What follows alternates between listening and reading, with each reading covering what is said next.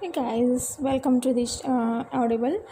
This show is meant for listeners' entertainment. This show is not intended to offer or defend any individual, identity, caste, community, race, or religion, or to denigrate any institution or person living or dead. Listeners' discretion is advised. This Audible chapter presents a story of the Mahabharata.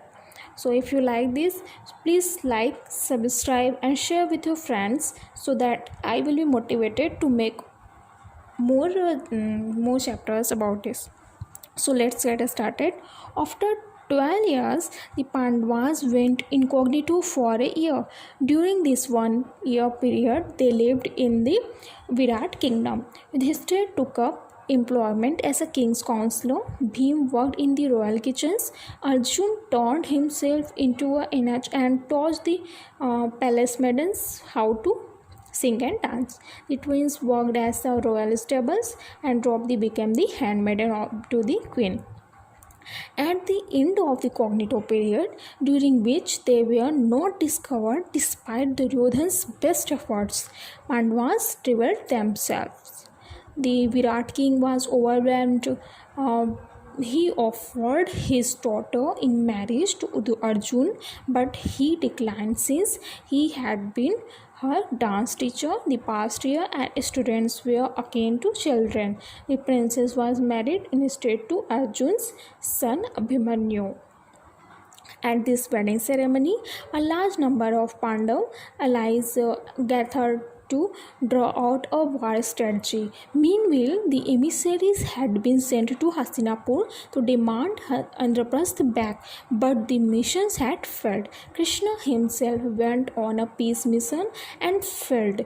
Duryodhana refused to give away as much land as was covered by the point of a needle, let alone the 5 villages proposed by the peace missions. The Kauravas also gathered their allies around them and even broke away a key Pandav ally, the maternal uncle of Pandav twins, by trickery. War become inevitable. Now the Kurukshetra war and aftermath. Chapter started. Just before the war, bugle was sounded. Arjun saw a raid before him and his relatives. His great grandfather Bhisma, who had practically brought him up, his teachers Kripa and Drona, his brothers the Kauravas, and for a moment his resolution wavered. Krishna, the warrior per excellence, had given up arms for his war and had elected to the Arjun's charioteer. To him Arjun said, "Take me back, Krishna. I can't kill these people. They are my father, my brothers, my teachers, my uncles, my sons. What good is a kingdom that's gained at the cost of their lives?" Then followed a psychological discourse that has today become a separate book on its own, the Bhagavad Gita. Krishna explained the impermanence of life to Arjun and the importance of doing one's duty and of sticking to the right path. Arjun picked up his bow again.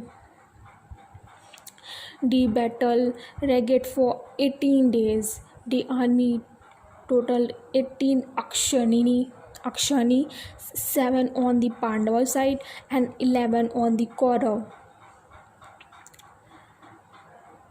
Casualties on both sides were high.